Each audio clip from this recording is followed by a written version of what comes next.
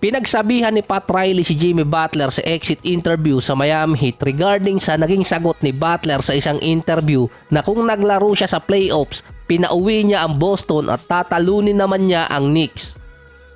Hindi alam ni Pat Riley kung nangaasar or talagang seryoso lang sa sinabi niya itong si Butler. Wala naman siya sa court at manahimik na lang itong si Butler. Hindi naman siya naglaro kontra Boston at hindi rin naman nila nakatapat ang Knicks.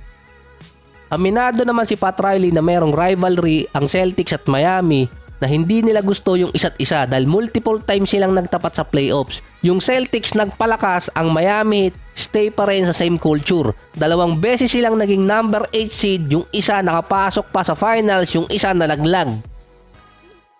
May contract pa si Butler at yung extension hindi pa nila napapag-usapan. May mga players din na trade paalis ng Miami dahil sa ginawa nila outside ng basketball court. Pero iba naman si Butler dahil siya pa rin yung star player nila. Hindi nag-commit si Pat Riley regarding sa contract extension ni Jimmy Butler at mag-iintay muna until free agency. Iba naman ang naging sagot niya kay Tyler Hero na naging injury prone si Hero sa mga nakaraang season at playoffs. Ang sinabi lang doon ni Pat Riley, naging fragile si Hero na nakalaro lang na nasa 40 games na kailangan ng adjustments ni Hero pagdating ng off-season. Deserve din niya di umano ang maging starting unit. Ngayon lang ulit sumagot si Pat Riley ng ganon sa interview since Giannis free agency na sinabi niyang 2 taon nilang pinaghandaan ang salary cap para makuha si Giannis pero hindi yun natuloy.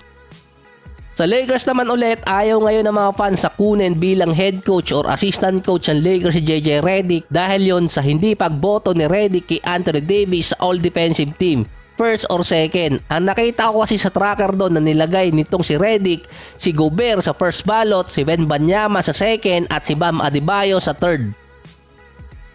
Ang gusto ngayon ng mga fans na malagay bilang head coach na walang experience si Rondo kumpara kay Redick pero hindi naman sila masusunod nun. May mga take din kasi si Redick na hindi nagustuhan ng ibang NBA players. Ito yung sinabi niyang humina ang NBA nung 90s dahil sa expansion during prime ni Michael Jordan. Maraming nag-disagreeing legends pero ang isang player na sumang-ayon kay Redick si Dennis Rodman. Na totoo naman yung sinabi ni Redick na humina ang NBA dahil sa expansion draft. Kailangan nilang lagyan ng mga players yung mga bagong team na pumasok. Doon pa lang maingay na yung pangalan ni Redick outside pa lang ng Lakers at kung magiging head coach siya, lalo magiging mainit sa media. Lalo pa siyang pag-iinitan kapag pumasok siya sa LA at hindi niya mailagay sa gustong pwestong ranking.